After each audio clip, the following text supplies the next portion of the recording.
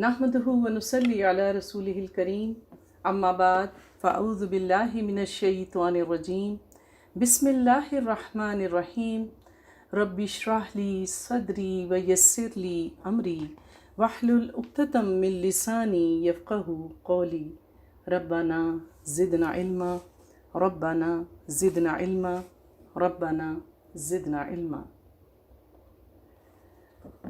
رمضان المبارک، اللہ کا خیر و برکت والا مہینہ، وہ بابرکت مہینہ جسے اللہ تعالیٰ نے قرآن کے نزول کے لیے چنا۔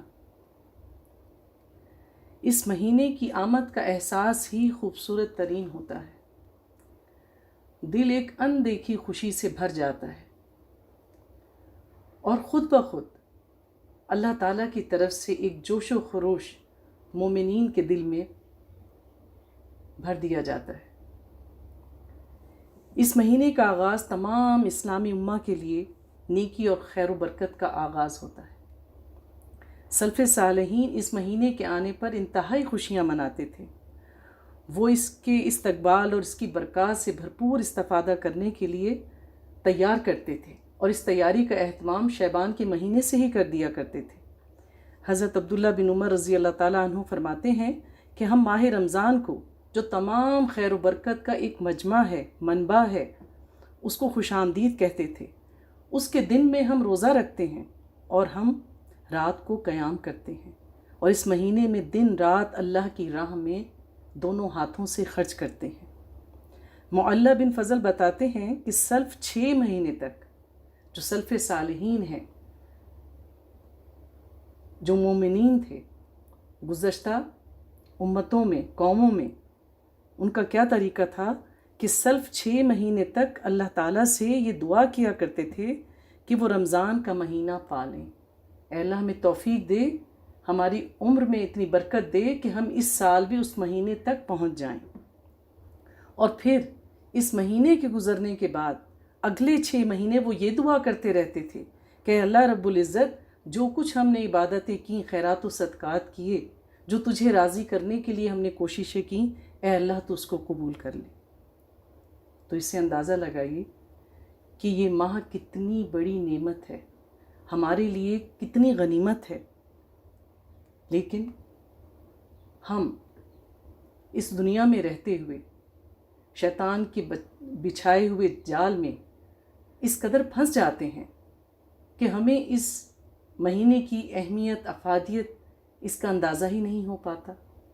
وہ مہینہ جو ہر لمحہ نیکیاں کشید کرنے کا ہے، اپنے رب کو راضی کر کے جنت میں داخل ہونے کا ہے، وہ مہینہ ہم مختلف قسم کی لغویات میں گھر کے گزار دیتے ہیں۔ کچھ لوگ سونے کو پریفرنس دیتے ہیں، کچھ ٹیلی ویژن کے مختلف پروگرامز میں اپنا وقت گزار دیتے ہیں، کچھ لوگ عید کی تیاریوں میں اپنا زیادہ تر وقت لگا دیتے ہیں۔ یوں وہ نیکیاں جو ہم بہت آسانی سے، تھوڑی سی کوشش کرنے سے حاصل کر سکتے تھے، اپنے رب کو راضی کر سکتے تھے، اپنے آپ کو پاک صاف کر سکتے تھے، اس سے محروم رہ جاتے ہیں۔ صرف کس وجہ سے؟ اپنی جہالت اور لا علمی کی وجہ سے، اس ماہ کی اہمیت کو نہ جاننے کی وجہ سے۔ دراصل ہمارا دین جو ہے، یہ ایک مکمل ضابطۂ حیات ہے۔ It's a complete code of life. اللہ تعالیٰ نے ہمیں بنا کے یوں ہی نہیں چھوڑ دیا اس دنیا میں کہ جاؤ جو جی چاہے کرو۔ اللہ تعالیٰ جب ہمارا رب ہے تو وہ خالق ہے، مالک ہے اور مدبر ہے۔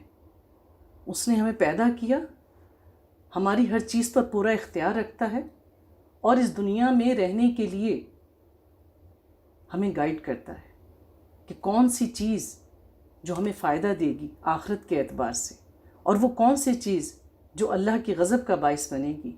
اللہ تعالیٰ نے اس قرآن میں وہ سب کچھ لکھ دیا کہ اے مومن، جا اس کتاب کو پڑھ اور اپنی زندگی اپنے رب کی رضا کے مطابق گزار، اور آ کر اس جنت میں داخل ہو جا۔ تو اللہ تعالیٰ فرماتے ہیں کہ جس نے اسلام کے اصولوں کے مطابق زندگی گزاری، وہ فلاح پا گیا۔ اللہ تعالیٰ سورۃ المومنین میں فرماتے ہیں، مومنون میں فرماتے ہیں، قد افلح المؤمنون، تحقیق مومنین فلاح پا گئے۔ کون ہوتے ہیں وہ مومنین؟ وہ جن کے شب و روز اللہ تعالیٰ کے احکامات کے مطابق گزرتے ہیں۔ دین اسلام امن اور پاکیزگی کا دین ہے۔ مومن طاہر ہوتا ہے، پاکیزہ ہوتا ہے۔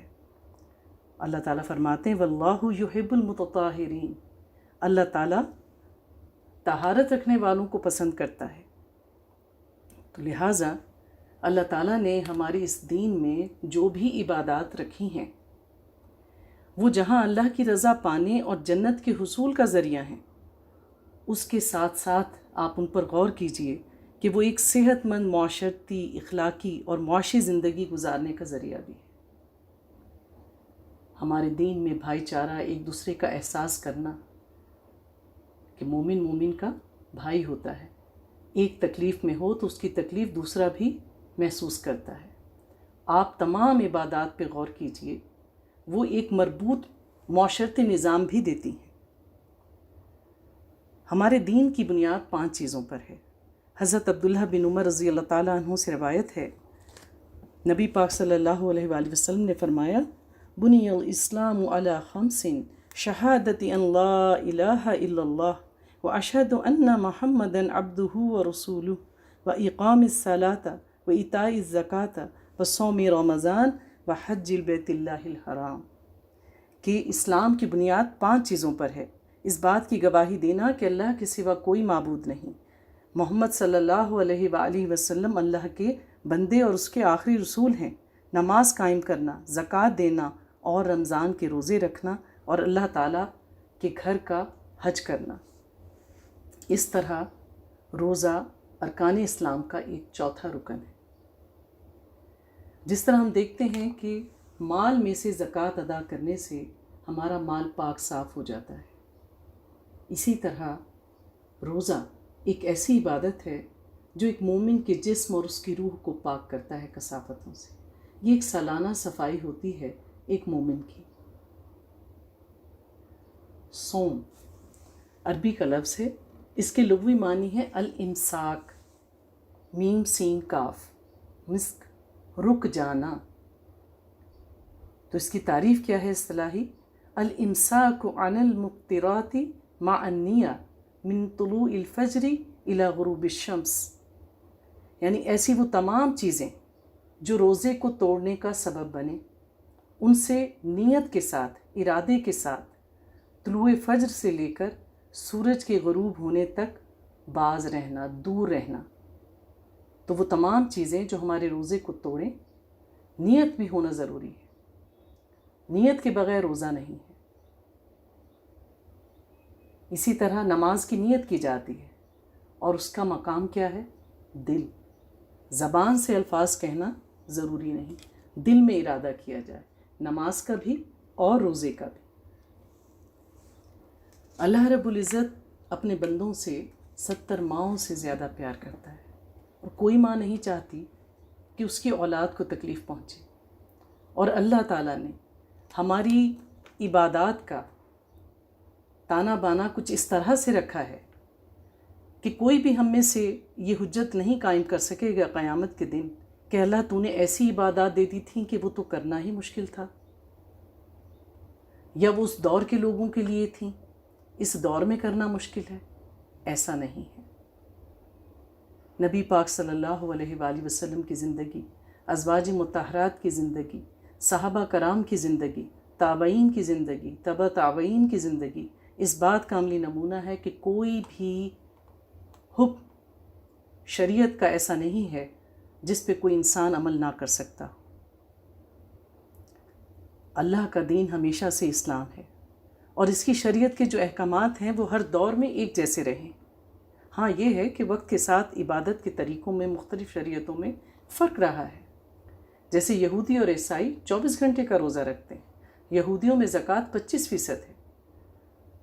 شریعت محمدی میں اللہ تعالیٰ نے بہت زیادہ آسانی رکھی، بہت زیادہ آسانی رکھی پچھلی شریعتوں کی نسبت، لیکن نماز، روزہ، زکوٰۃ اور حج ہر شریعت میں عبادت کا حصہ رہے۔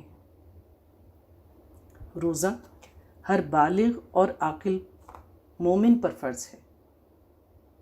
آپ کسی غیر مسلم سے روزے کے بارے میں نہیں پوچھ سکتے، وہ مومن ہو، بالغ ہو اور عاقل ہو۔ مجنون پر ان سب چیزوں کی قید نہیں ہے۔ اللہ تعالیٰ نے ان سے قلم اٹھا لی۔ تو لہٰذا روزہ کوئی ایسی عبادت نہیں ہے جو ہم پر ہی فرض کی گئی ہے، پچھلی شریعتوں میں بھی یہ فرض عبادت تھی۔ اللہ تعالیٰ قرآن میں سورہ بقرہ میں فرماتے ہیں یا ایھا الذین آمنوا کتب علیکم الصیام کما کتب علی الذین من قبلکم لعلکم تتقون، اے لوگو جو ایمان لائے ہو، تم پر روزے فرض کیے گئے جیسا کہ تم سے پہلے لوگوں پر فرض کیے گئے تھے، اور اس کا مقصد کیا ہے؟ لعلکم تتقون، تاکہ تم متقی ہو جاؤ، تم تقوی اختیار کرو۔ تقوی کیا ہے؟ اللہ کی رضا پانے کے لیے ہر برائی سے بچنے کی کوشش کرنا استطاعت کے مطابق، اور اللہ کی رضا کے لیے، اللہ کو راضی کرنے کے لیے ہر بہترین کام، ہر بھلائی کا کام کرنے کی کوشش کرنا اپنی استطاعت کے مطابق۔ لا یکلف اللہ نفسا الا وسعہا، اللہ تعالیٰ ہم سے وسعت کے مطابق پوچھیں گے، جس کی جتنی استطاعت تھی۔ پھر فرمایا اللہ تعالیٰ نے فمن شہد منکم الشہر فلیصمہ، تم میں سے جو کوئی اس مہینے کو پائے تو اسے چاہیے کہ وہ روزے رکھے۔ روزہ اللہ تعالیٰ کی طرف سے مومنین پر فرض کیا گیا ہے۔ دراصل یہ مومن کی تربیت ہے اور تقوی کے حصول کا بہترین ذریعہ ہے۔ اگر ہم اللہ تعالیٰ کے احکامات کو نظر انداز کریں گے اور روزہ رکھیں گے تو پھر وہ روزہ ایسا ہوگا کہ جیسے کسی نے اپنی پونجی کسی تھیلے میں ڈالی اور پھر خود ہی اس میں سوراخ بھی کر دیا۔ یعنی ایک طرف سے آپ نیکی کمانے کی کوشش کر رہے ہیں اور دوسری طرف سے آپ اس کو ضائع کر رہے ہیں۔ یہ مہینہ ضائع کرنے کا نہیں بلکہ کمائی کرنے کا ہے۔ روزہ انسان کی اخلاقی، جسمانی، ذہنی، روحانی ہر طرح کی تربیت ہے، اور سب سے بڑی چیز جو اس روزے میں ہمیں حاصل ہوتی ہے یا جس کو ہم اپنی اچھی عادات میں جس کے ذریعے سے پختگی لا سکتے ہیں وہ ہے صبر، جس کی ہم میں انتہائی کمی پائی جاتی ہے۔ اور اللہ تعالیٰ فرماتے ہیں ان اللہ مع الصابرین، اللہ تو صبر کرنے والوں کے ساتھ ہے۔ اگر عام حالات میں آپ کوئی اپنی پسندیدہ چیز چھوڑیں تو اتنا صبر نہیں ہوتا۔ روزہ ہم اللہ کے لیے رکھتے ہیں اور اللہ خود ہی صبر بھی دے دیتے ہیں۔ سامنے کھانے پینے کی چیزیں رکھی ہوتی ہیں لیکن ہم ہاتھ نہیں بڑھاتے، اللہ کی محبت میں صبر کرتے ہیں۔ تو انسان اس سے صبر کرنا سیکھتا ہے۔ کن کن چیزوں پہ صبر کرتا ہے؟ اللہ کی اطاعت کے کاموں میں صبر حاصل ہوتا ہے، یعنی وہ کام جو ہم اللہ کے حکم پر عمل کرنے کے لیے کرتے ہیں، اور اس میں اگر کوئی مشکل آتی ہے، جیسے ہم نے روزہ رکھا، پیاس لگ رہی ہے لیکن اس کو برداشت کر رہے ہیں، تو کیا ہے کہ اللہ کے احکامات پر عمل کرنے میں جو دشواری آئے اس پر بھی صبر کرنا ہے۔ آپ نے سچ بولا، دوسرے کو برا لگا، آپ کو بات سننی پڑی، برے مزاج کا سامنا کرنا پڑا، لیکن آپ صبر کریں گے کہ میں نے سچ بولا، میں نے اپنے رب کا حکم مانا۔ اسی طرح اللہ کی نافرمانی سے بچنے والے کاموں پہ صبر۔ اللہ تعالیٰ کہتے ہیں روزہ رکھو، جھوٹ نہیں بولنا، غیبت نہیں کرنی، لغویات میں اپنا وقت نہیں لگانا۔ آپ صبر کرتے ہیں، دل چاہتا ہے کہ کوئی ایسا کام کریں، کوئی بات کریں۔ جتنی بھی دنیاوی ایسی مصروفیات ہیں جو لغویات میں آتی ہیں وہ روزے کی حالت میں ہم چھوڑتے ہیں، اس پر بھی اجر ہے، انسان اس پر صبر کرنا سیکھتا ہے۔ پھر اسی طرح سے اللہ کی طرف سے آنے والی مشکلات، جو اسلامی مہینے ہیں ان کی ترتیب تبدیل ہوتی رہتی ہے۔ روزے گرمی میں بھی آتے ہیں، سردی میں بھی آتے ہیں، اور معتدل موسم میں بھی آتے ہیں۔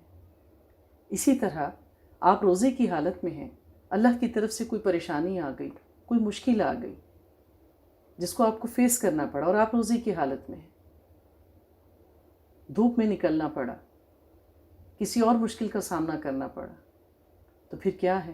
اللہ کی رضا کی خاطر اس پر ہم صبر کرتے ہیں۔ کیوں؟ کیونکہ ہمیں یقین ہوتا ہے کہ وعد اللہ الحق، اللہ کے تو سارے وعدے سچے ہیں. اللہ نے وعدہ کیا ہے کہ روزہ میرے لیے ہے، میں اس کا اجر دوں گا. اگر اس میں کوئی مشکل آ بھی گئی تو کوئی بات نہیں، میں خندہ پیشانی سے اس کو برداشت کروں گا، کیونکہ میرا اجر بڑھ جائے گا. کیونکہ جو جتنے قدم اٹھا کے مسجد کی طرف جاتا ہے اس کے اجر میں اتنا زیادہ اضافہ ہوتا چلا جاتا ہے. اور پھر روزے میں جس میں انسان حلال چیزوں تک کو، میاں بیوی کا تعلق ایک حلال فعل ہے، لیکن اللہ نے کہا روزے کی حالت میں تم اس سے بھی باز رہو. تو جہاں ہم حرام چیزوں سے، مکروہ چیزوں سے، لغویات سے دور رہتے ہیں روزے میں، اس کے ساتھ ساتھ ہم کچھ چیزیں وہ جو عام حالات میں ہمارے لیے حلال ہیں، کھانا پینا حلال ہے، لیکن ہم چھوڑ دیتے ہیں اللہ کی محبت میں. تو مومن یہ ثبوت دیتا ہے کہ اللہ میں تیرا بندہ ہوں، تو کہتا ہے رک، میں رک جاتا ہوں. اللہ کو ایسی ہی اطاعت مطلوب ہے. اللہ چاہتا ہے اس ایک مہینے میں ہم اللہ کی اطاعت پر عمل کرنا شروع کریں، اور پھر جو عادات اس دوران ہمارے اندر پیدا ہوں، بہترین عادات، پھر ہم کوشش کریں اللہ سے اس پورے مہینے میں دعا کریں کہ اللہ رب العزت تو نے توفیق دی، میں تیری عبادت کر رہا ہوں، میں برائی سے بچنے کی کوشش کر رہا ہوں. یا رب العزت تو مجھے استقامت عطا فرمانا کہ میں یہ تمام کام بہترین طریقے سے سارا سال کرتا رہوں. دعا کی شرط ہے اخلاص.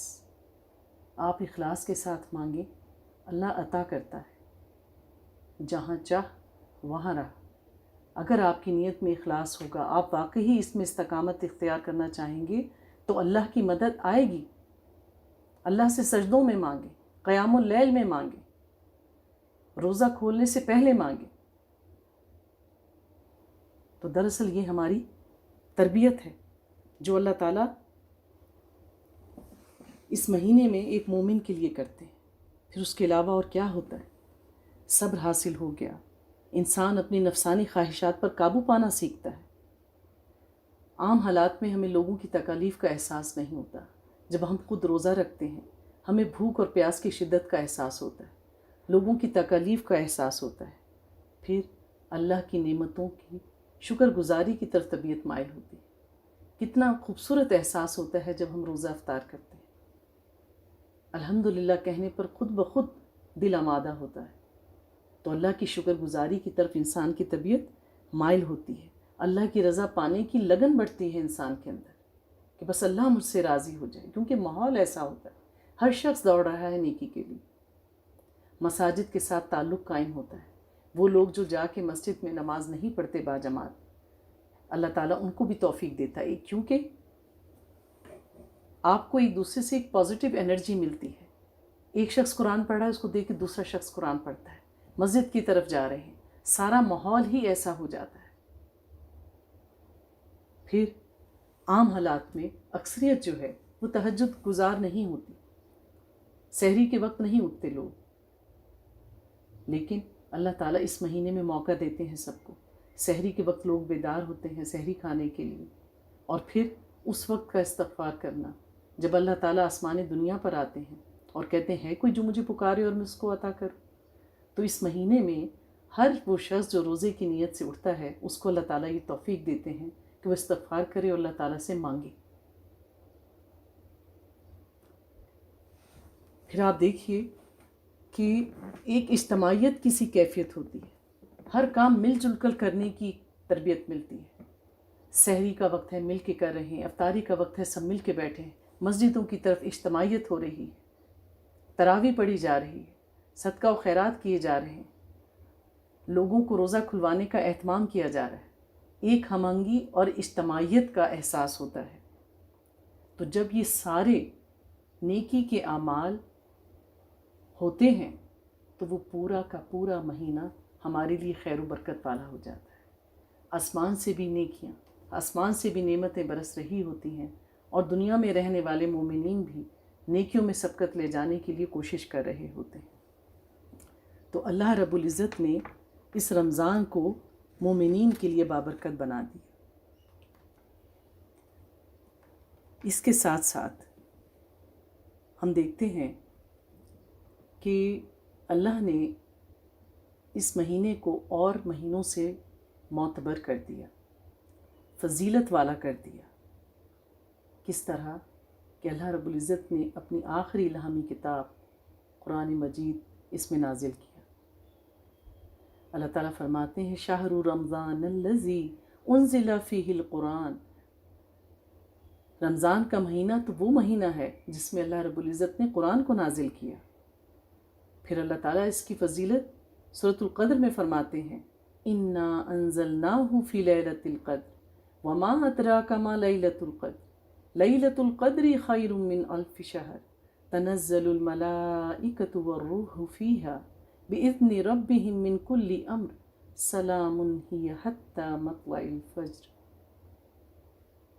کہ ہم نے اس کو لیلۃ القدر میں نازل کیا۔ تمہیں کیا معلوم کہ لیلۃ القدر کیا ہے؟ یہ رات 1000 مہینوں سے بہتر ہے۔ اس میں اللہ کے اذن سے فرشتے اور روح اترتے ہیں ہر قسم کا حکم لے کر، اور یہ رات سلامتی ہے سراسر طلوع فجر تک۔ تو اللہ تعالیٰ نے اس بابرکت مہینے کے آخری عشرے میں اور اس کی طاق راتوں میں ایک ایسی مبارک رات رکھی ہے جسے ہم لیلۃ القدر کہتے ہیں۔ اس میں عبادت کرنا 1000 مہینوں سے افضل ہے۔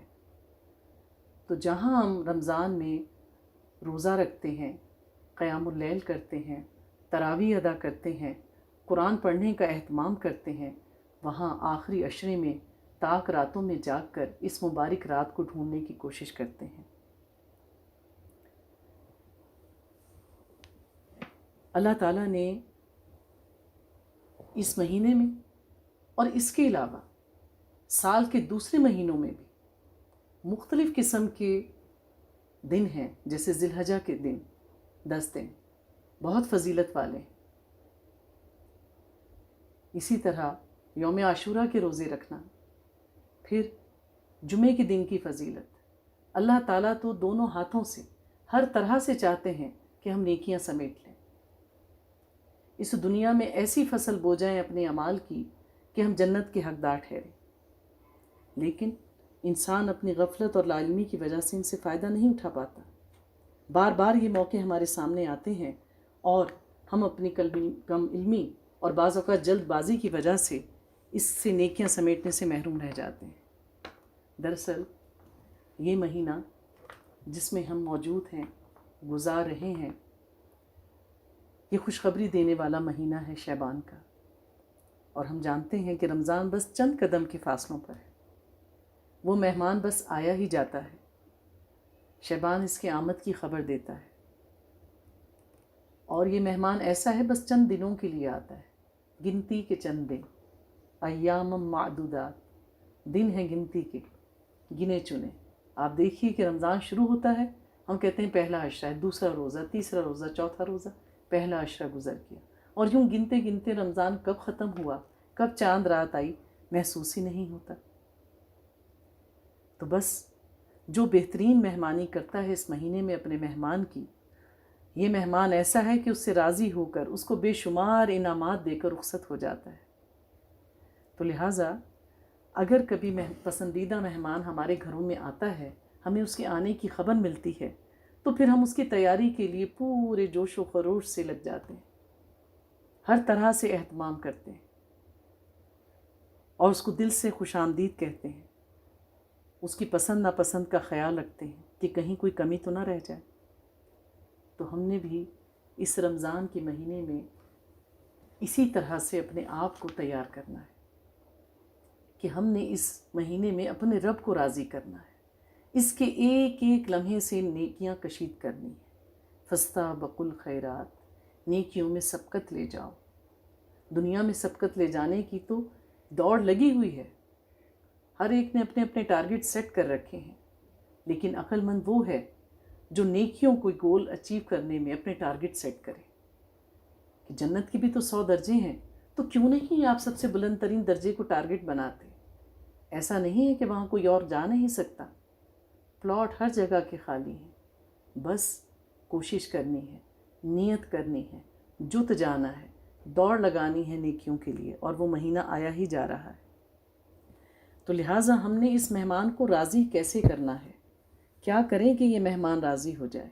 تو سب سے پہلے آپ دیکھیں کہ وہ روزے جو کسی بھی وجہ سے آپ کے پچھلے سال فرض روزوں میں سے رہ گئے تھے، ان کو رمضان کے شروع ہونے سے پہلے اس ماہ شعبان میں ہی پورے کر لیں۔ اسی طرح اس مہینے میں صدقہ و خیرات کی کثرت کریں، اور پھر وہ کثرت رمضان کے مہینے میں بھی جاری و ساری رہنی چاہیے۔ اس میں اس لیے صدقہ و خیرات کریں کہ اللہ راضی ہو، آپ صحت و سلامتی، جان اور ایمان کی سلامتی کے ساتھ رمضان کے مہینے میں داخل ہوں، گناہوں کو اللہ دھو دے، اور رمضان کی ساری خیر و برکتیں آپ کو نصیب ہوں۔ حضرت عائشہ صدیقہ رضی اللہ تعالیٰ عنہ فرماتی ہیں کہ نبی پاک اس مہینے میں صدقہ و خیرات کرنے میں آندھی سے بھی تیز ہو جاتے تھے۔ اسی طرح ہمیں شعبان کے مہینے میں روزہ رکھنا چاہیے تاکہ آنے والے مہینے میں ہمیں روزہ رکھنے کی عادت ہو جائے۔ لیکن 15 شعبان کے بعد روزہ رکھنے کو پسند نہیں کیا گیا، الا یہ کہ اس میں ایام 20 کے روزے آئیں یا آپ کے کوئی فرض روزے ابھی رہنا باقی ہوں تو رکھا جا سکتا ہے، لیکن نفلی روزے 15 شعبان کے بعد نہ رکھے جائیں تو زیادہ بہتر ہے، تاکہ آپ کی انرجی جو ہے وہ انٹیکٹ رہے اور آپ پورے جو ماہ رمضان کا مہینہ ہے وہ صحت کے ساتھ اور چاق و چوبند ہو کر گزاریں۔ اسی طرح سے تمام ایسے کام جو روزے میں اور روزے میں کی جانے والی جو عبادات ہیں اس میں حائل ہو سکتے ہیں، رکاوٹ بن سکتے ہیں یا اس میں کمی لا سکتے ہیں، تو ہمیں چاہیے کہ ہم وہ تمام ذمہ داریاں، تمام کام جو ہیں، چاہے وہ گھر کے ہیں یا باہر کے ہیں، انہیں رمضان شروع ہونے سے پہلے پائے تکمیل تک پہنچا دیں، تاکہ یکسو ہو کر اللہ تعالیٰ کی عبادت میں جت جائیں۔ رمضان شروع ہونے سے پہلے اپنے کاموں کی لسٹ بنائیں اور ہر ایک کا وقت مقرر کریں کہ قرآن کی تلاوت کن کن اوقات میں کرنی ہے، کتنا قرآن کا حصہ آپ نے پڑھنا ہے ایک دن میں۔ اسی طرح نوافل کی ادائیگی کے لیے کہ کتنے نوافل کا آپ کا ٹارگٹ ہے جو آپ نے پڑھنے، تسبیحات کا کہ کون سی تسبیح میں نے کس وقت کرنی تاکہ کوئی مس نہ ہو جائے اس میں سے۔ اسی طرح فلاحی کام کہ اگر کوئی شخص بیمار ہے یا کسی کو آپ کی مدد کی ضرورت ہے، کسی کے گھر میں کوئی افطار بنانے والا نہیں ہے، یا کوئی شخص ایسا ہے جو اپنے لیے اہتمام نہیں کر سکتا، تو ان چیزوں پر بھی نظر رکھیے۔ آپ کے آس پڑوس میں، عزیز و اقارب میں بعض اوقات لوگ بیمار ہوتے ہیں اور اس کی تیمہ داری کے لیے ہاسپٹل میں ہوتے ہیں لیکن روزہ رکھتے ہیں، تو ایسے لوگوں کو زیادہ سے زیادہ فیسلیٹیٹ کرنے اور ان کے کام آنے کی کوشش کریں۔ اسی طرح کس وقت آرام کرنا ہے، کس وقت گھر کا کام کرنا ہے، افطاری کے لیے کتنا وقت دینا ہے، کچن میں کتنا وقت گزارنا ہے، پھر تراویح کا اہتمام، رات کو اٹھنا، اور پھر سحری کی تیاری سے پہلے کچھ نوافل ادا کر لینا، اور سحری کے دوران تسبیحات کو باندھ لینا کہ سحری کا بھی کام ہوتا جائے اور ساتھ ساتھ زبان سے جو ہے اللہ تعالیٰ کے لیے اذکار کیے جائیں۔ تو اذکار کی پابندی جو ہے وہ آپ اسی مہینے سے شروع کریں تاکہ آپ کی زبان کو اس کی عادت رہے۔ اور جو ہم پر ایک فرض ہے زکوٰۃ کا ادا کرنا، اس کو پوری مائنیوٹ ڈیٹیل کے ساتھ علماء سے پوچھ کر اور ہر چیز کا حساب کر کے اپنی زکوٰۃ کو بہترین طریقے سے نکالیں اور بروقت اس کے مستحقین جو ہیں ان تک پہنچا دیں تاکہ ان سب کا رمضان اور عید جو ہے وہ خوشگوار گزرے، ان کے ذہن سے بھی یہ معاشی بوجھ جو ہے وہ ہلکا ہو جائے۔ پہلے سے ہی کم کھانے کی عادت ڈالیں، رات کو جلد سوئیں اور ایسی چیزیں کھائیں جو آپ کے لیے مضر صحت نہ ہو۔ کہیں ایسا نہ ہو کہ آپ کی یہ بے احتیاطی آپ کو کسی بیماری میں مبتلا کر دے اور پھر رمضان کا مہینے میں آپ داخل ہوں تو آپ کی صحت آپ کا ساتھ نہ دے۔ تو لہٰذا ابھی سے احتیاط کریں اور وہ تمام غذائیں جو آپ کے معدے کے لیے، آپ کے جسم کے لیے، یا خدا نہ خواستہ آپ میں سے کوئی کسی ایسے مرض میں مبتلا ہے جس کو وہ بڑھا سکتے ہیں، تو ہمیں ابھی سے پرہیز کرنے کی عادت کر لینی چاہیے۔ سحری کی فضیلت بہت زیادہ ہے۔ عن انس بن مالک رضی اللہ عنہ قال قال رسول اللہ صلی اللہ علیہ وسلم تساحروا فإن فی السحور برکہ، تم سحری کیا کرو کیونکہ اللہ نے سحری میں برکت رکھی۔ اب رمضان میں ہم نے کیا کیا کرنا ہے؟ روزے کی پابندی کرنی ہے، سحری کو دیر تک کھانا ہے اور افطار میں جلدی کرنی ہے۔ خیرات، صدقات اور زکوٰۃ بہترین طریقے سے ادا کرنی ہے اور ہر دن کچھ نہ کچھ صدقہ کرنے کی کوشش کرنی ہے۔ ہر طرح کی لغویات سے، وہ تمام چیزیں جو ہمارے وقت کو برباد کرتی ہیں، ان سے دور رہنا ہے۔ فون، ٹیلی ویژن، وہ تمام باتیں جس میں آپ بحث میں الجھ جاتے ہیں، بازار، یہ سب ہمارے کوالٹی ٹائم کو کنزیوم کر دیتے ہیں۔ تو منیمم آپ اپنی ایکٹیویٹیز رکھیں ان 3 کے ساتھ، تاکہ آپ اللہ کے ساتھ جڑ جائیں۔ ہر طرح سے آپ نے نیکی کمانے کی کوشش کرنی ہے۔ کثرت سے روزے کھلوائیں، کیونکہ اس کا اجر ایسا ہی ہے جیسے کہ آپ نے روزہ رکھا۔ آپ نے ایک روزے دار کو روزہ کھلوایا، اس کا اجر بھی آپ کے اجر میں شامل ہوگا اور اس کے اجر میں بھی کوئی کمی نہیں ہوگی۔ قیام اللیل کا اہتمام کریں۔ قریب میں اگر مساجد ہیں خواتین کی جہاں پردے کا اہتمام ہو تو باجماعت تراویح ادا کرنے کی کوشش کریں۔ اسی طرح آخری عشرے میں اعتکاف کرنا۔ نبی پاک صلی اللہ علیہ وآلہ وسلم ہر سال رمضان کے مہینے میں آخری 10 دن کا اعتکاف کیا کرتے تھے، اور جس سال آپ کا وصال ہوا اس دن آپ نے 20 دن کا، اس سال آپ نے 20 دن کا اعتکاف کیا۔ تو اس سنت کے اتباع میں اگر کوئی اعتکاف کرنا چاہے تو وہ مساجد میں اعتکاف کر سکتے ہیں۔ اسی طرح کوشش کریں کہ اپنے ساتھ ساتھ اپنے بچوں کو موٹیویٹ کریں رات کو قیام کرنے کے لیے، تراویح ادا کرنے کے لیے، اور خاص طور پر تاک راتوں میں جاگنا اور اس کو تلاش کرنا، لیلۃ القدر کو۔ اس کی اہمیت کا ذکر بار بار کریں تاکہ بچوں کے دل میں نیکیاں سمیٹنے کا جذبہ پیدا ہو۔ نبی پاک صلی اللہ علیہ وآلہ وسلم، حضرت عائشہ صدیقہ رضی اللہ تعالیٰ عنہ فرماتی ہیں کہ آپ آزادن کس لیا کرتے تھے، اپنی آزار کو کس لیا کرتے تھے، یعنی اتنے چاقو چبند ہو جاتے تھے۔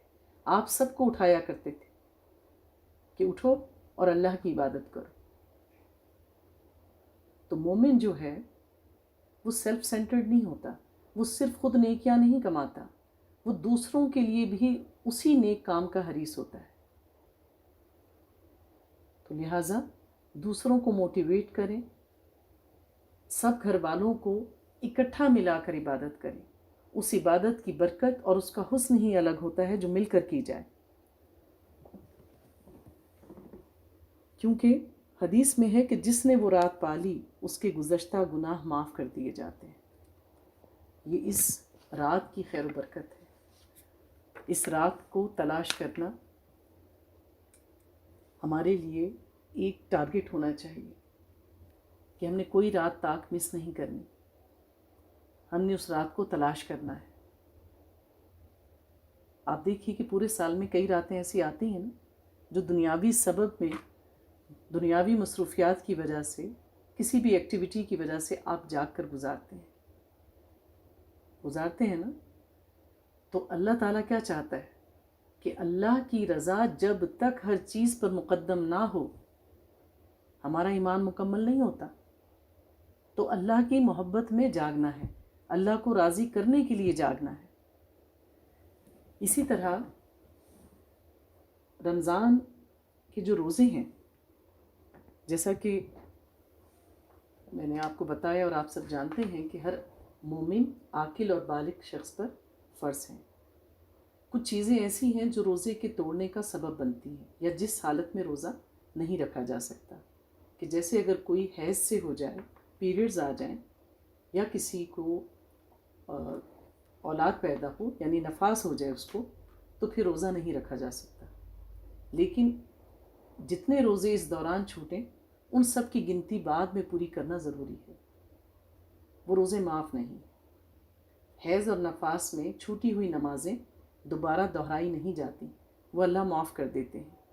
اسی طرح اگر الٹی آ جائے، قے آ جائے نارملی بغیر کسی وجہ کہ آپ کا اس میں کوئی عملی دخل نہیں ہے، خود بخود قے آ گئی، روزہ برقرار رہے گا، ٹوٹے گا نہیں۔ لیکن کسی نے جان بوجھ کر قے کی تو پھر کیا ہے کہ روزہ تو جائے گا لیکن اس کو اپنا روزہ دہرانا پڑے گا۔ اسی طرح بعض اوقات ایسا ہوتا ہے، لوگوں کو مسکنسیپشن ہے کہ اگر کوئی شخص بیٹھا ہے، اس کو دھیان نہیں رہا کہ میرا روزہ ہے، اور سامنے بچے کھا رہے ہیں یا کوئی ایسا شخص کھا رہا ہے جو بیمار ہے یا کسی وجہ سے روزہ نہیں رکھ سکا، تو اس نے بھی کھا لیا، یا باہر سے آئے ہیں، بعض اوقات گرمی کی شدت کی وجہ سے دھیان نہیں رہا کہ روزہ ہے اور پانی پی لیا. تو جو شخص ارادتاً ایسا نہ کرے، بھول گیا اور اس نے پانی پی لیا یا کھانا کھا لیا، تو نبی پاک صلی اللہ علیہ وآلہ وسلم نے فرمایا کہ اس کا روزہ باقی رہتا ہے. اس کو اللہ نے کھلایا اور پلایا، وہ اپنا روزہ جاری رکھے ویسے کا ویسا ہی، اس پر کوئی فرق نہیں پڑا. اسی طرح مباشرت کرنے سے روزہ ٹوٹ جاتا ہے، یعنی میاں بیوی کا آپس میں ازدواجی تعلق قائم کرنا روزے کو توڑ دیتا ہے. اس کا کفارہ ادا کرنا ضروری ہے. اس کی مثال ہمیں نبی پاک صلی اللہ علیہ وآلہ وسلم کی حدیث سے ملتی ہے کہ ایک صحابی نبی پاک صلی اللہ علیہ وآلہ وسلم کے پاس آئے اور فرمایا کہ میں نے اپنی بیوی سے مباشرت کی ہے جبکہ میں تو روزے سے تھا. نبی پاک صلی اللہ علیہ وآلہ وسلم نے فرمایا کہ اگر تیرے پاس کوئی غلام ہے تو اس کو آزاد کر دے، یہ تیرا کفارہ ہے. اس نے کہا کہ میرے پاس تو کوئی غلام نہیں ہے. نبی پاک صلی اللہ علیہ وآلہ وسلم نے کہا کہ اگر تجھ میں استطاعت ہے تو پھر تو 2 مہینے کے روزے پے در پے رکھ، یعنی وداؤٹ اینی گیپ 2 مہینے کے 60 دن کے روزے رکھنا. تو اس نے کہا کہ میں تو جسمانی طور پر اتنا قوی نہیں ہوں، میں تو اس کی استطاعت نہیں رکھتا. نبی پاک صلی اللہ علیہ وآلہ وسلم نے فرمایا کہ پھر تو 60 مسکینوں کو کھانا کھلا اگر تو اس کی استطاعت رکھتا ہے. تو اس نے اس بات کے جواب میں بھی سر ہلا دیا کہ نہیں، میں تو اس کی بھی استطاعت نہیں رکھتا. اس کا یہ جواب سن کر نبی پاک خاموش ہو گئے. حضرت انس بن مالک فرماتے ہیں کہ ہم ابھی وہیں بیٹھے ہوئے تھے کہ کسی نے نبی پاک صلی اللہ علیہ وآلہ وسلم کو کھجوروں کا ایک ٹوکرا بھجوایا صدقہ کرنے کے لیے. تو جیسے ہی وہ کھجوریں آئیں، نبی پاک صلی اللہ علیہ وآلہ وسلم نے کہا کہ وہ جو سائل تھا بھی اس شخص کی بات کی، وہ کہاں ہے؟ تو وہ شخص لوگوں میں سے کھڑا ہو گیا کہ میں یہاں ہوں.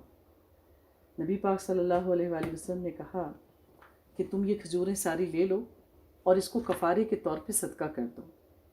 تو وہ شخص کہنے لگا کہ ان 2 پہاڑوں کے درمیان، یعنی یہ جو وادی ہے اس کے درمیان میں مجھ سے زیادہ کوئی بھی محتاج نہیں ہے. یعنی اگر کوئی صدقہ کرے تو مجھ سے زیادہ کوئی ڈیزرونگ نہیں ہے کہ وہ صدقہ لے، تو میں کسی کو کیوں صدقہ کروں، میں تو خود مستحق ہوں. تو نبی پاک اس کی بات کو سن کر مسکرا دیے، اتنا مسکرائے کہ آپ کی یہ جو انیاب ہیں، یہ جو نوکوں والے دانت ہوتے ہیں، یہ نظر آنے لگے. آپ نے فرمایا کہ جا تو یہ ساری کھجوریں لے جا اور اپنے گھر والوں کو کھلا دے. اسی طرح ہر وہ چیز جس میں انجیکٹ کرنا، داخل کرنا کسی بھی طریقے سے، ڈرپس کی صورت میں یا انجیکشن کی صورت میں، جس سے آپ کو انرجی ملے، اس سے روزہ ٹوٹ جاتا ہے. ہاں کسی کے مرض کے علاج کا کوئی انجیکشن ہے تو وہ لگوایا جا سکتا ہے، لیکن طاقت کا نہیں. اسی طرح فیڈنگ کے دوران رضاعت، دوران حمل یعنی پریگننسی میں، فیڈنگ کے دوران، یا اگر سفر میں ہے تو روزہ چھوڑا جا سکتا ہے اور بعد میں اس کی گنتی پوری کر لی جائے.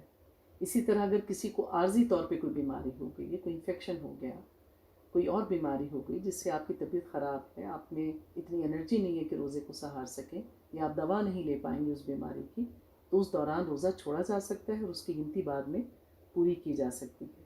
کیونکہ اگر مجبوری ہے تو پھر کسی بھی حالت میں اپنے اوپر ظلم نہیں کرنا چاہیے، کیونکہ اس کی رخصت دی ہے اللہ نے.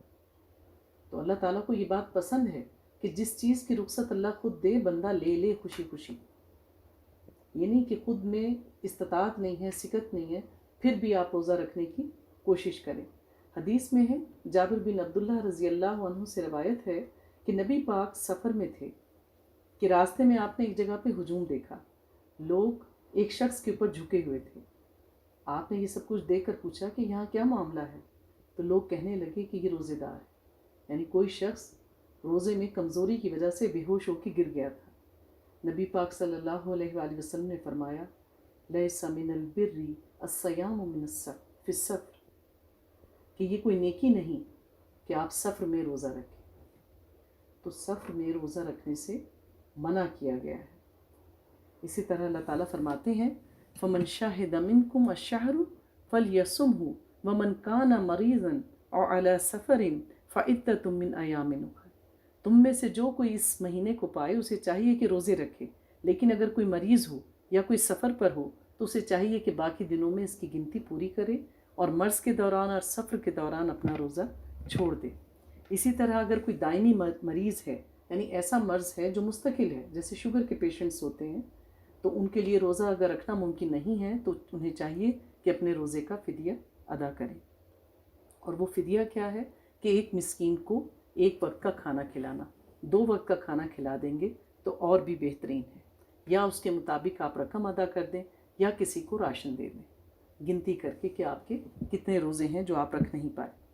اسی طرح اگر کسی کے والدین دنیا سے چلے جائیں اور ان کے ذمے کوئی نظر کے مانے ہوئے روزے تھے تو پھر ان کی اولاد کے ذمے ہے کہ وہ والدین کے ان روزوں کو پورا کرے گی۔ حدیث میں ہے، حضرت عائشہ رضی اللہ تعالیٰ عنہ سے روایت ہے، من مات وعلیہ صیام صام عنہ ولیہ، کہ کوئی شخص فوت ہو جائے اور اس کے ذمے روزے ہوں تو پھر اس کے ولی یعنی اس کے جو وارث ہیں انہیں چاہیے کہ وہ اس کی جگہ روزے رکھیں۔ تو روزہ ایک فرض عبادت ہے، جس طرح نماز ہم پر فرض ہے اور اس کے بارے میں سوال کیا جائے گا، اسی طرح ہر عاقل اور بالغ پر روزہ فرض ہے، اس کی گنتی کا پورا کرنا انتہائی ضروری ہے۔ روزہ اللہ کی رضا کی خاطر رکھیں، نیت سے رکھیں، روزے میں سستی اور کاہلی کو قریب نہ آنے دیں، ایسے کام کریں، ایسے لوگوں کے درمیان رہیں جس سے آپ کو موٹیویشن ملے اور آپ کے اعمال دیکھ کر، آپ کی رغبت کو دیکھ کر دوسرے لوگ بھی موٹیویٹ ہوں۔ یہ نہ ہو کہ آپ روزہ تو رکھ لیں اور سارے دن کبھی ادھر اور کبھی ادھر گرتے ہوئے رہیں، یعنی کاہلی اور سستی کو قریب نہ آنے دیں۔ ٹھیک ہے انرجی لیول ڈاؤن ہوتا ہے، لیکن کیا ہے خود کو موٹیویٹ کریں اور ہر لمحہ جو ہے اس کو کشید کریں۔ یہ نہیں کہ آپ سارا دن عبادت میں ہی لگے رہیں، اپنے جسم کو آرام بھی دیں، کیونکہ ہم آرام کرتے ہیں اس نیت سے کہ ہم اللہ کی عبادت بہترین طریقے سے کریں، تو اس آرام کرنے پر بھی اجر ہے۔ سارا دن اللہ کی عبادت کی، اللہ کی رضا کے کام کیے، روزہ رکھا، نمازیں ادا کی، پھر روزہ کھلنے کا وقت آتا ہے۔ یہ ایسا ہی ہے کہ جیسے کسی مزدور نے سارا دن مزدوری کی اور شام میں وہ اپنی اجرت لیتا ہے۔ نبی پاک صلی اللہ علیہ وآلہ وسلم کھجور سے روزہ کھولتے تھے، اگر میسر نہ ہوتی تو پانی سے کھول لیتے۔ تو ہمیں بھی یہی کرنا چاہیے کہ کھجور سے روزہ کھولیں۔ اسی طرح جس وقت روزہ کھولا جاتا ہے وہ وقت دعاؤں کی قبولیت کا بہترین وقت ہے۔ مسنون دعاؤں کی کتابیں اپنے پاس رکھیے، اپنے بچوں کے لیے رکھیے۔ جس طرح آپ ٹیبل پر پلیٹس لگاتے ہیں یا دسترخوان بچھاتے ہیں، ہر ایک کی کتاب ہونی چاہیے۔ اصولاً تو یہ دعائیں ہمیں زبانی آنی چاہیے، لیکن اگر اتنی زیادہ دعائیں نہیں بھی آتی تو جتنی آتی ہیں انہیں زبانی پڑھیے اور باقی مسنون کتابوں میں سے دیکھ کر پڑھیے، اور بچوں کو بھی اس کی ترغیب دلائیے کہ سب کے سب گھر والے بیٹھ کر اکٹھے دعا کریں، یا کوئی ایک شخص جو ہے وہ بآواز بلند بھی دعا کر سکتا ہے، اور ہر شخص اپنی انفرادی دعا بھی اللہ سے مانگ سکتا ہے، کیونکہ اس وقت انسان بھوک اور پیاس کے بالکل پیک پر پہنچا ہوا ہوتا ہے، اور اللہ تعالیٰ کہتے ہیں میرے بندے جو تو مانگنا چاہتا ہے مانگ، میں تجھے عطا کروں گا،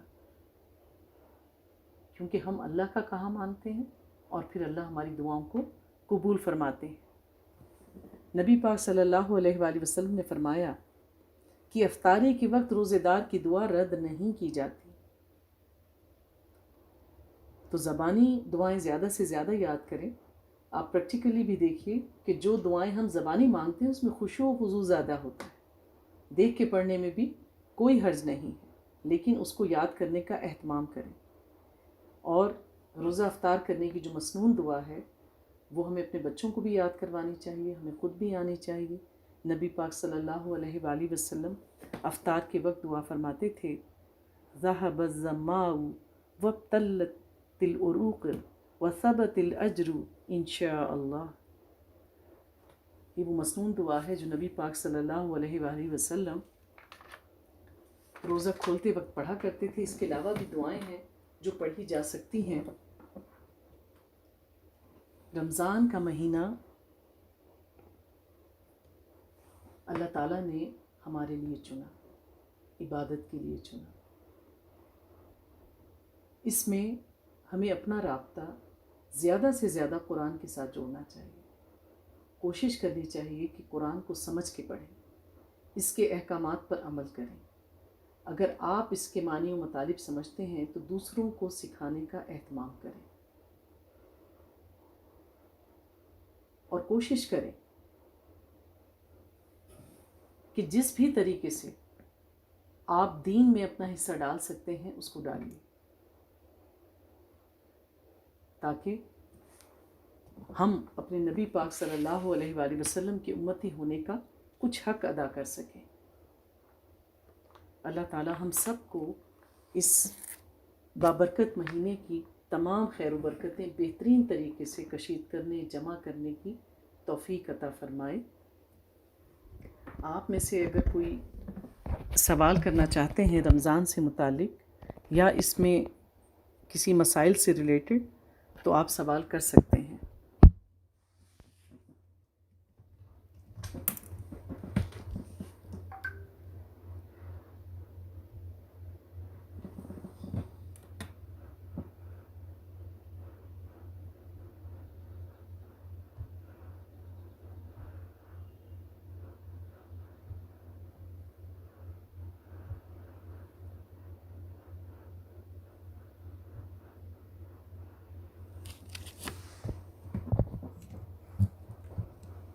جی، آپ کا اگر کوئی سوال رمضان سے متعلق یا روزے سے متعلق ہو تو آپ سوال کر سکتے ہیں. اپنے مائک کھول لیجیے.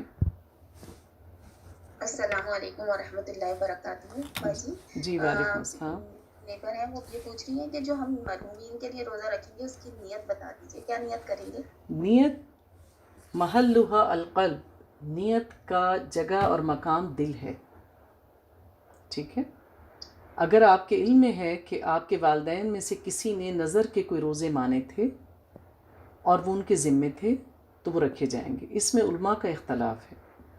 جو حنفی مسلک کے لوگ ہیں وہ کہتے ہیں کہ جو والدین کے فرض روزے ہیں جو کسی بھی وجہ سے پیرنٹس نہیں رکھ سکے وہ اولاد رکھے بعد میں، جبکہ جو جمہور علماء ہیں ان کا یہ خیال ہے کہ نہیں، ان روزوں کا فدیہ ادا کر دیا جائے، اور اگر کوئی نظر کے روزے تھے تو وہ اولاد رکھے گی. تو یہ اختلاف ہے. جی، کسی اور کا سوال؟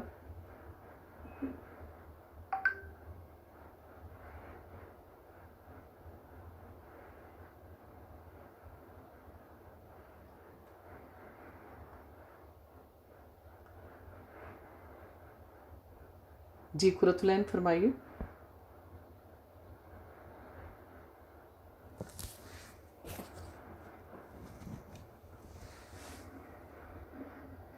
مجھے کچھ نہیں پوچھنا، غلطی سے اسپیکر آن ہو گیا. جی، کسی اور نے اگر روزہ رکھنے سے متعلق یا کسی اور ایسا معاملہ ہو جس میں آپ کو کوئی گائیڈ لائن چاہیے ہو، کوشش تو ہم کرتے ہیں کہ جب استقبال رمضان کریں تو اس میں جو ایسے مسائل ہیں جو عام دنوں میں ہمیں پیش آ سکتے ہیں کہ ان کی تھوڑی بہت وضاحت کر دی جائے تاکہ آپ لوگوں کو یاد دہانی رہے. تو کوشش تو کی جاتی ہے، لیکن پھر بھی اگر کوئی ایسی چیز ہے جس کو آپ پوچھنا چاہتے ہیں یا جس کی کلیریفیکیشن چاہتے ہوں تو وہ آپ کر سکتے ہیں. السلام علیکم. وعلیکم السلام. میں نے یہ پوچھنا تھا کہ جب آپ سفر میں ہوتے ہیں تو اس روزے میں بھی ہیں تو وہ قصر نماز ہی پڑھیں گے ہم؟ جی، نماز اور روزہ دو الگ الگ عبادتیں ہیں. ٹھیک ہے. جی. تو ان کے جو احکامات ہیں وہ جیسے اگر قصر نماز ہے آپ کی تو وہ ہر حال میں قصر ہی ہوگی، چاہے آپ روزے سے ہیں یا بغیر روزے کے ہیں. تو وہ اس میں قصر، اگر آپ روزے سفر میں ہیں. اب چونکہ تھوڑی سی ایک بات کی اور وضاحت کر دوں کہ ہمارے ہاں جو سفر کے طریقے ہیں، جو وسائل ہیں وہ تبدیل ہو گئے ہیں. پچھلے زمانوں میں اونٹوں پر، گھوڑوں پر، بیل گاڑیوں پر یا ابھی بھی اگر آپ ٹرین کا سفر کریں تو وہ کمپیریٹیولی مشکل سفر ہے، کیونکہ ٹرینز لیٹ ہو جاتی ہیں، بعض اوقات اس میں پانی میسر نہیں ہوتا یا کوئی اور حادثہ رونما ہو جاتا ہے. تو اگر کسی کو اس طرح کا سفر درپیش ہے تو بہتر ہے کہ وہ روزہ نہ رکھے. ہاں، جو لوگ بائی ایئر سفر کر رہے ہیں، مثال کے طور پر اپنے ہی ملک میں کسی دوسرے شہر میں جا رہے ہیں، چھوٹی فلائٹ ہے اور وہاں جا کر بھی آپ نے کوئی ایسا کام نہیں کرنا جس سے آپ کی بہت زیادہ انرجی جا سکتی ہے، یا آپ نے باہر نہیں پھرنا، آپ صرف اپنی فلائٹ لی ہے اور آپ گھر میں ہی مقیم ہوں گے اور آپ جسمانی طور پر فٹ ہیں تو آپ روزہ رکھ سکتے ہیں. لیکن اگر آپ کا سفر ایسا ہے کہ آپ کسی کام سے جا رہے ہیں، وہاں جا کے آپ کی مصروفیت زیادہ ہے، آپ کی ایکٹیویٹی زیادہ ہے، تو روزہ چھوڑنے میں کوئی حرج نہیں ہے. اللہ نے سہولت دی ہے، آپ لیں. لیکن روزے گزرنے کے بعد کے دنوں میں آپ اس کی گنتی کو پورا کریں گے. جزاک اللہ خیر.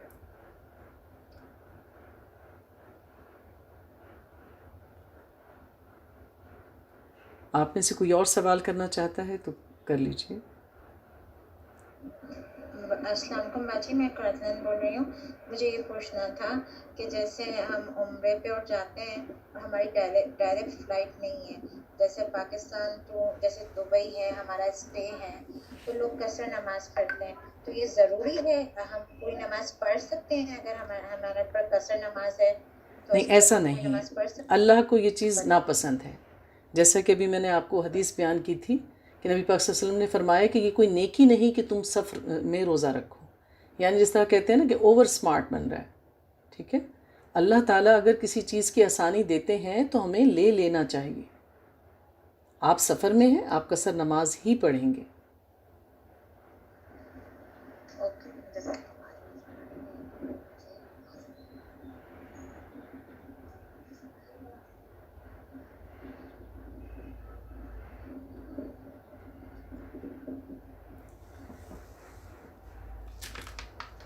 امید ہے آپ کو رمضان سے ریلیٹڈ باتیں سمجھ میں آ گئی ہوں گی اور آپ کو سہل لگا ہوگا سننا سمجھنا.